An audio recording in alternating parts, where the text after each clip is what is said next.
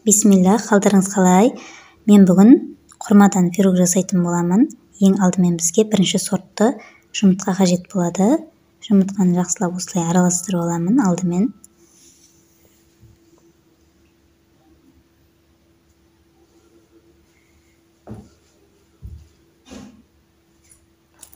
Содан кейін барып біз қантымызды салатын боламыз.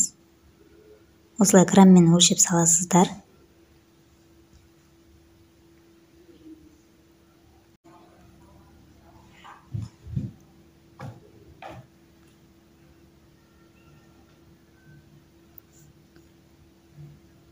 Міне ровно 100 грамм болды. Енді мен ары қарай жұмыртқамен қантымды жақсылап араластырып алатын боламын.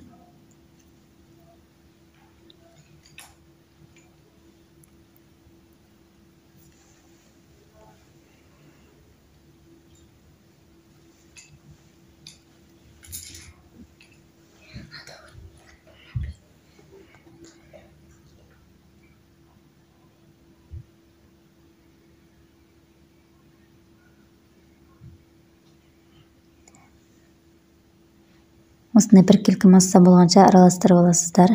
Енді кезекте біз бөлме температурасындағы сары майымызды салатын боламыз. Оны да осылай граммен өлшеп салып жатырмын.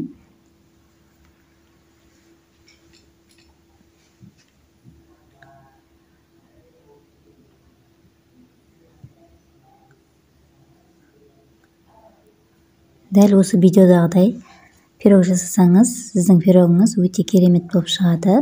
Сондықтан видеоны аяғына дейін қараңыздар. Міне ровно 100 грамм болды. Енді кезекте біз жақсылап араластырып аламыз сары май ергенше.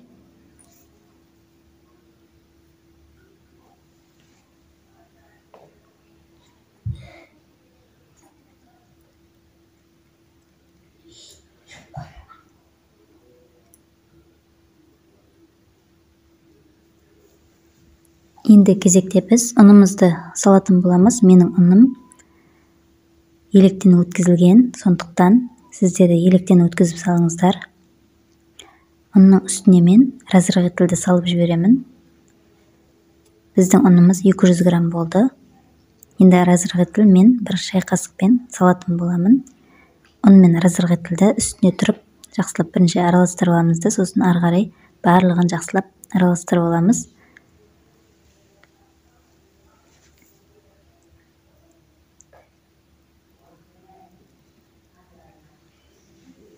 Мен осындай венчиктің көмегімен араластырып алдым да, содан кейін барып тестімді қолыммен илеймін.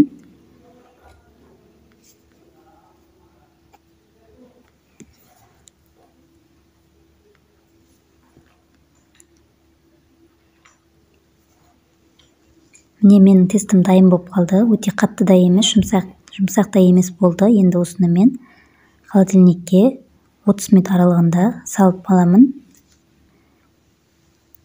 Міндетті түрде холодильникке салып алыңыздар.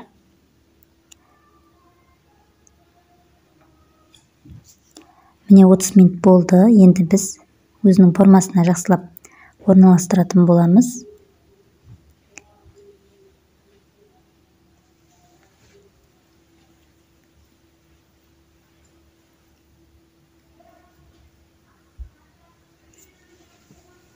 Міне біздің қамырымыз дайын болып қалды. Енді кезекте біз салмасын дайындайтын боламыз. Мен салманы осылай сырт ішіндегісі дәндерін алып алдым. Жақсылап жуып аласыздар құрманы. Сіздерде мясорубка болса, мясорубканың көмегімен өткізіп алсаңыздар болады. Мен блендердің көмегімен өткізіп жатырмын. Ішіне 100 граммдай су қосасыздар.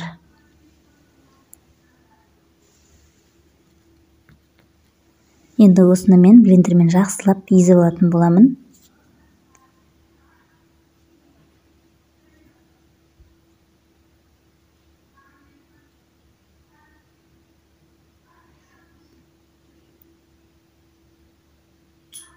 Осылай дайын болып қалды біздің құрмамыз.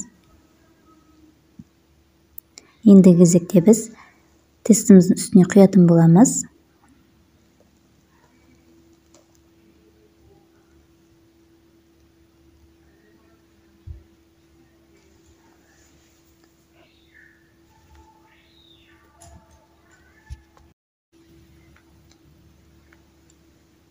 Барлығын осылай бір тексетіп жайып аласыздар.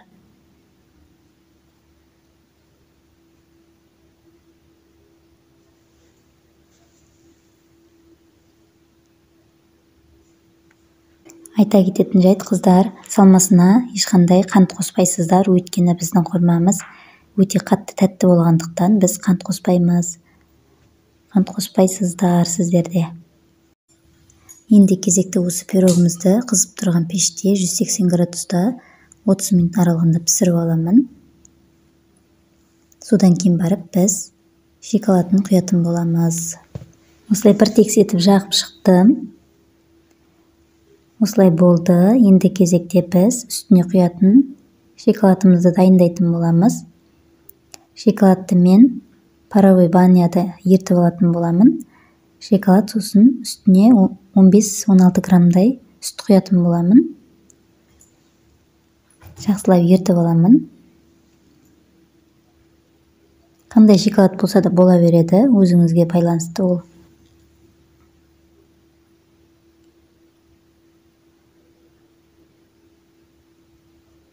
Енді кезекте мен үстіне сүт құйып жатырмын. 16-17 граммдай бола береді, 15 грамм болады. Осы сүт пен шоколадты жақсылап паровой баняда ертіп аламын. Содан кейін барып біз құрмамыздың үстіне әдемілеп жағып шығамыз.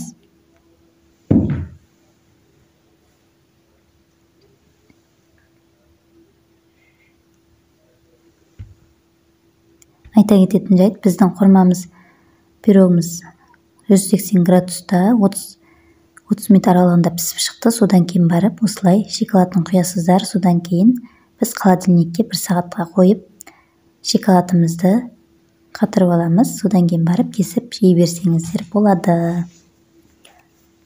Өте дәмі керемет болып шықты. Сіздерге де ұнайды деп ойлаймын. Сондықтан сіздерді осы рецептті жасап көріңіздер. Видеоны соңына дейін қараңыздар міндетті түрде. Сосын осы видеоға қатысты өз пікірлеріңізді қалдыруды ұмытпаңыздар. Тіркелмеген болсаңыз, тіркеліп қараңыздар.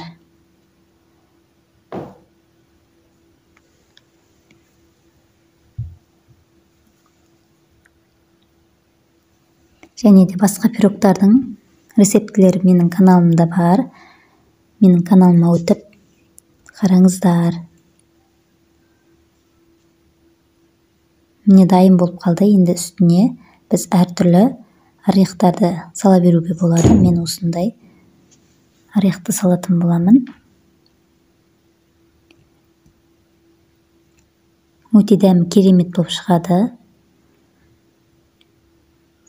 Сіздер де міндетті түрде жасап көріңіздер осылай.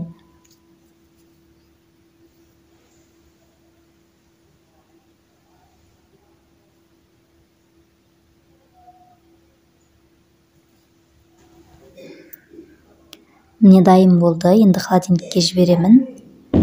Осылай әдемі болып шықты. Дәмі де керемет. Ал сіздермен болған мен Гүлжайнар. Сау болыңыздар.